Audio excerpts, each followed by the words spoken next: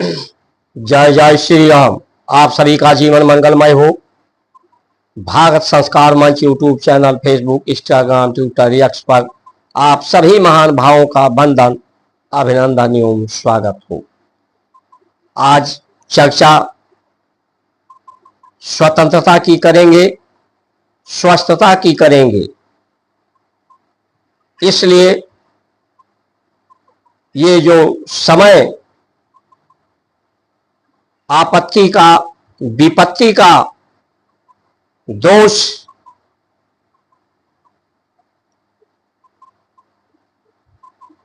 दोषारोपण का, दोष तो देखते हैं दूसरों में, लेकिन उसके दोष को दूर करने की प्रयत्न समाप्त हो रहा है। इसलिए जो विपत्ति का समय है, प्राकृतिक विपत्ति,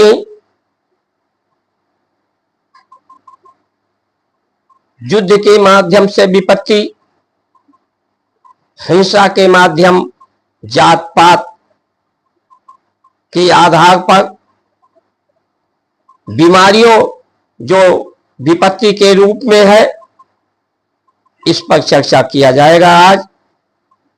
इसलिए आप सभी महान भाव इस वीडियो को पूरा देखें। देखकर अधिक से अधिक लोगों को पहुंचा करके subscribe, like, share, follow, comment करके पुण्य के भागी बने, पुरुषार्थ करें, परमात्मा की कृपा को प्राप्त करें। स्वतंत्रता की बात करें तो ध्यान से देखा जाए तो स्वतंत्र ही हम नहीं हुए थे। कारण वही कि हम गुलाम किसके हुए थे, किसने हमको गुलाम बनाया था। गुलाम मुगल हो चाहे, वो स्वयं गुलाम थे अपने इंद्रियों के, जो सिर्फ अपने लिए जीना चाहते थे, अपने लिए जीना चाहते हैं, सिर्फ अपने सुख की बात करने वाले, अपने निजी भूख को मिटाने वाले, निजी भोग वासनाओं की तृप्ति करने वाले, वो स्वयं गुलाम थे अपने। वही स्थिति अंग्रेजों की भी थी। वो भी इन्हीं व्यवस्थाओं के परिपोषक थे। सत्ता का हस्तांतरण हुआ है, ट्रांसफर हुआ है। जो काम मुगल कर रहे थे, अंग्रेज कर रहे थे, वही काम हमारे भारत के लोग करने लगे। वो कर रहे थे तो उन्हें हम अपना शत्रु मान रहे थे। उनकी भाषा अलग थी, वेशभूषा अलग थी, तो उनके पर विश्वास नहीं करते थे, उनका विरोध करते थे। लेकिन जब अपने ही परिवार का, अपने ही देश का व्यक्ति उसी काम को बढ़ाने लगता है, विश्वास दिलाने लगता है, तो सरलता से लोग विश्वास किए। आज उन्हीं व्यवस्थाओं को बढ़ाया गया है।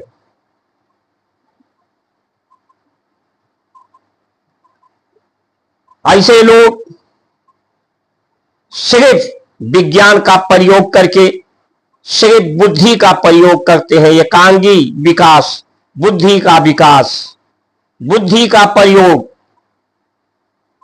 प्रकृति का प्रयोग, प्रकृति के तत्वों का प्रयोग, उस पर शोध करते हैं, उससे साधन और शक्ति जुटाते हैं। सिर्फ अपने लिए जीते हैं, अपने सुख की बात करते हैं, अपने भोग की बात करते हैं। दुनिया की बात, प्रकृति की बात, धरती की बात, सबके कल्याण की बात नहीं करते। आज वही व्यवस्था को बढ़ाया गया। वो और मनुष्यों को अपना साधन समझते हैं कि ये हमारे साधन हैं। इन साधन का प्रयोग करके अपने सुख, अपने भोग को प्राप्त किया जाए, उनकी मान्यताएं ऐसी ही हैं। आज हमारे देश में मुस्लिम विचारधारा यानी मांसाहारी विचारधारा, गौ मांस की खाने की बात, जब मुस्लिम देशों में गौ थी ही नहीं तो गौ मांस कहां खाते थे वो। वहां तो बकरी, ऊंट, जो छोटे छोटे पत्ते वाले पौधे थे। अंग्रेजों के यहां कहां गौ थी इतना अधिक भीषण ठंडी में। सिर्फ हमारे धर्म को नष्ट करने के लिए, यहाँ की गौ को समाप्त करने के लिए, गौ के प्रति अनादर पैदा करने के लिए ये रचा गया था। क्योंकि भारत की शक्ति गौ माता है। भारत के लोग, भारत की संस्कार संस्कृति, हम दूसरे का कल्याण करके, दूसरे को सुख दे करके, दूसरे को शांति देकर, दूसरे का सत्कार करके, जितने भी पराये लोग हैं, क्योंकि ये जीवन अकेले से नहीं है, सबके सहयोग से ये सृष्टि है। प्रकृति, धरती, परमात्मा, जीव जंतु, पहाड़, नदियां, इसलिए हम सभी की पूजा, शंकर जी को जल चढ़ाते हैं, दूध चढ़ाते हैं, उनका स्नान कराते हैं, पुष्प चढ़ाते हैं, तो ये धरती को प्राप्त होता है, प्रकृति को प्राप्त होता है। यज्ञ करके प्रकृति को भी हम देते हैं। हम सबकी बात सोचते हैं, पूरी जगत के कल्याण की बात सोचते हैं। जियो, सब जिए, सबकी जय हो, तो फिर हमारी जय और कल्याण तो होगा ही। तभी हम जी पाएंगे, तभी हमें सुख, शांति और स्वस्थता मिलेगी।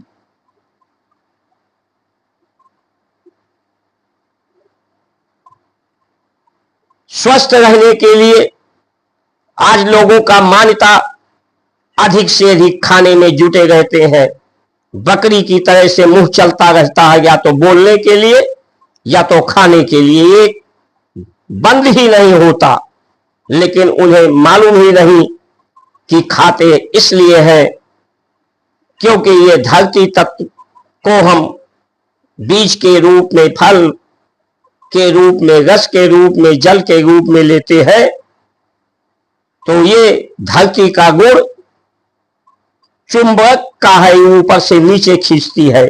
ये हमारे पेट में जाता है तो ये प्राण तत्व को, प्रकाश तत्व को, वायु तत्व को, अग्नि जल तत्व को ये शोषित कर लेता है। शक्ति वायु में है, प्राण में है, प्रकाश में है, इसी में चेतना है। इसलिए सुबह से आधा भोजन, शाम को सूर्य के रहते हुए भोजन, क्योंकि भोजन सूर्य के ऊष्मा से ही पचता है। सूर्य की ऊष्मा जिस तरह से ठंडी हो जाएगी, उसी तरह से भोजन पचेगा नहीं। तो शरीर अग्नि ऊष्मा प्राप्त करने के लिए इसमें बेचैनी होती है। इसीलिए रात में लोगों को नींद भी नहीं आती और संसार को जानने देखने में लोग भी लगे रहते हैं। इसलिए जब गहरी निद्रा, एक समाधि जैसी निद्रा लोगों को नहीं प्राप्त होती है, जिसमें शरीर की शांति, मन की शांति, बुद्धि की शांति, प्रकृति स्वयं हर व्यक्ति को समाधिस्थ में ले जाती है, इसीलिए कहा गया है कि परमात्मा शांति सुख तुम्हारे अंदर है, बाहर नहीं है। लेकिन जब बुद्धि की वृत्ति, चित्त वृत्ति, बुद्धि की आसक्ति वृत्ति प्रवृत्ति से जब इनके प्रवृत्ति से ऊपर उठोगी, इनकी प्रवृत्ति तुम्हारे में नहीं रहेगी, वृत्ति नहीं रहेगी, तर्क परमार कुछ साक्ष्य नहीं मांगोगे,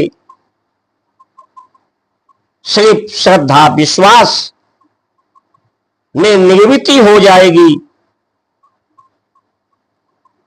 प्रवृत्ति वृत्ति समाप्त हो जाएगी, बुद्धि से काम लेना बंद हो जाएंगे बुद्धि, तब आप उस सत्य को जान पाओगे।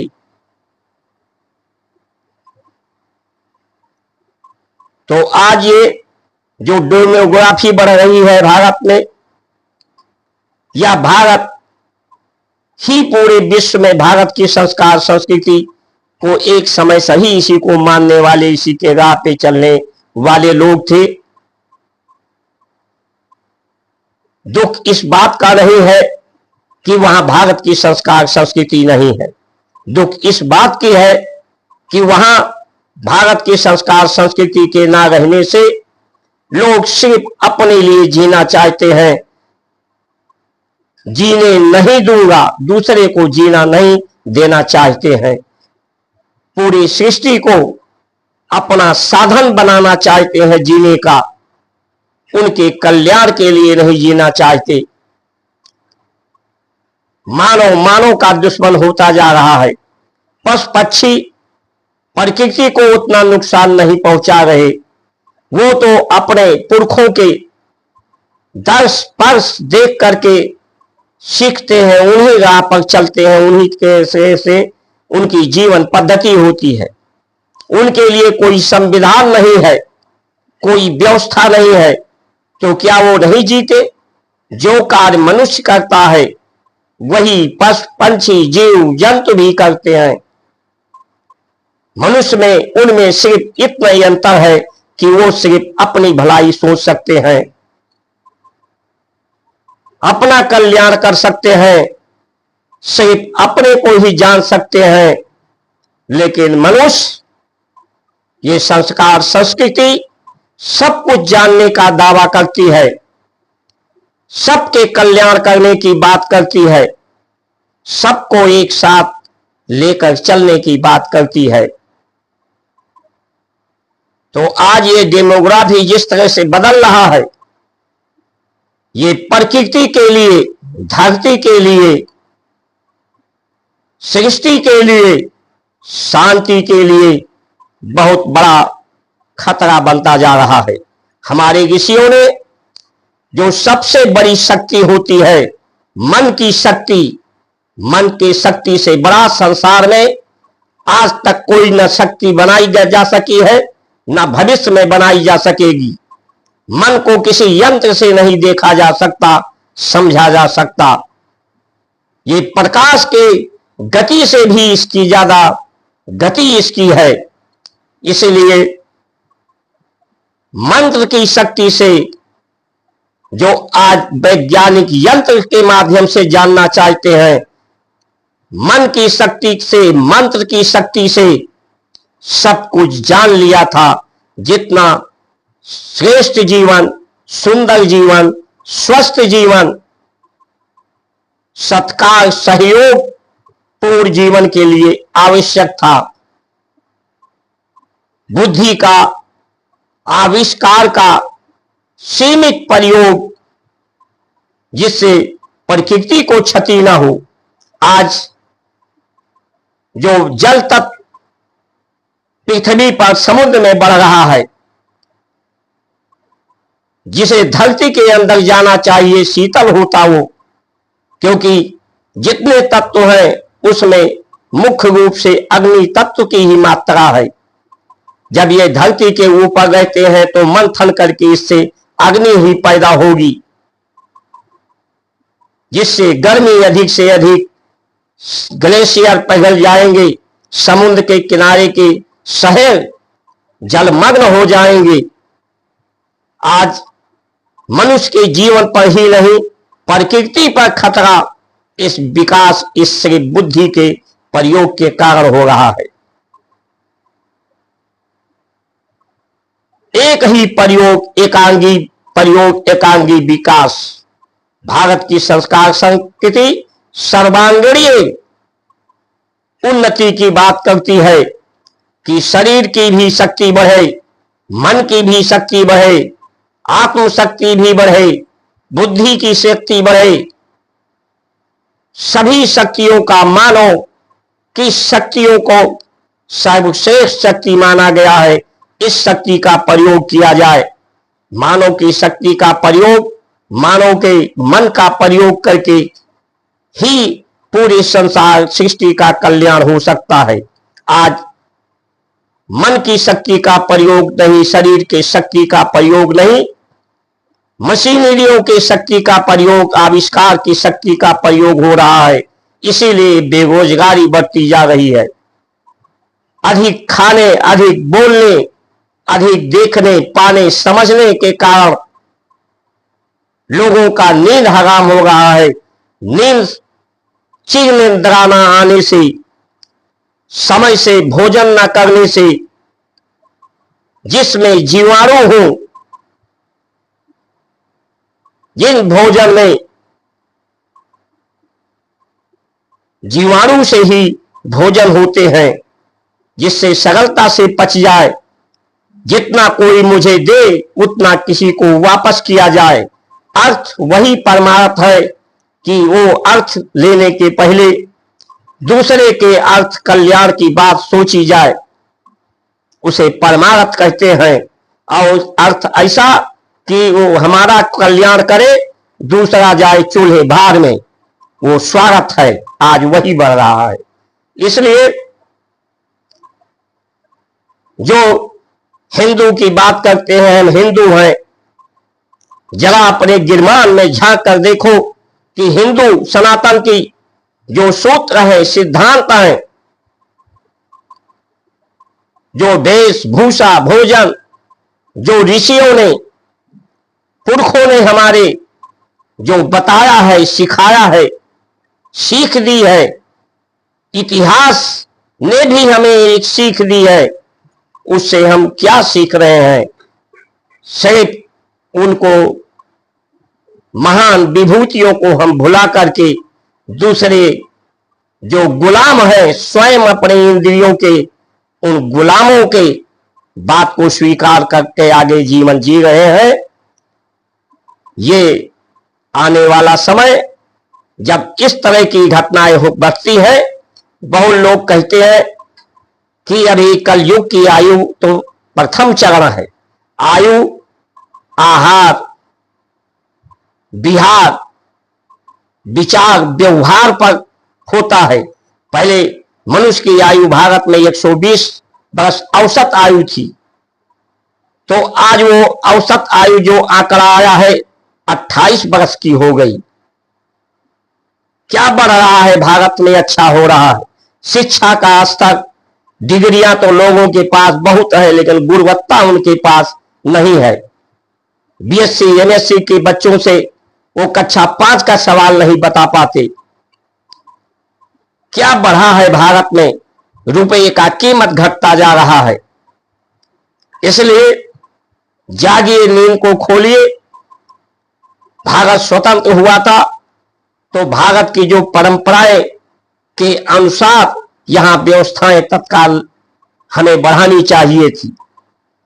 गौशालाओं का अधिक से अधिक, फलदार वृक्षों का अधिक से अधिक, वन औषधियों का अधिक से अधिक हम संवर्धन करते तो आज विश्व में हम सबसे आगे रहते। यहां कोई किसी तरह का बीमारी नहीं होती, अशांति नहीं होती, भेदभाव नहीं होता। लेकिन ये जो परिस्थितियां बन रही हैं आज भी भारत में, भारत की परंपराओं को समझने जानने वाले लोग हैं, वो परंपराओं का निर्वहन कर रहे हैं। इसलिए आने वाले समय में पूरे विश्व को इस भारत की परंपराओं की आवश्यकता पड़ेगी।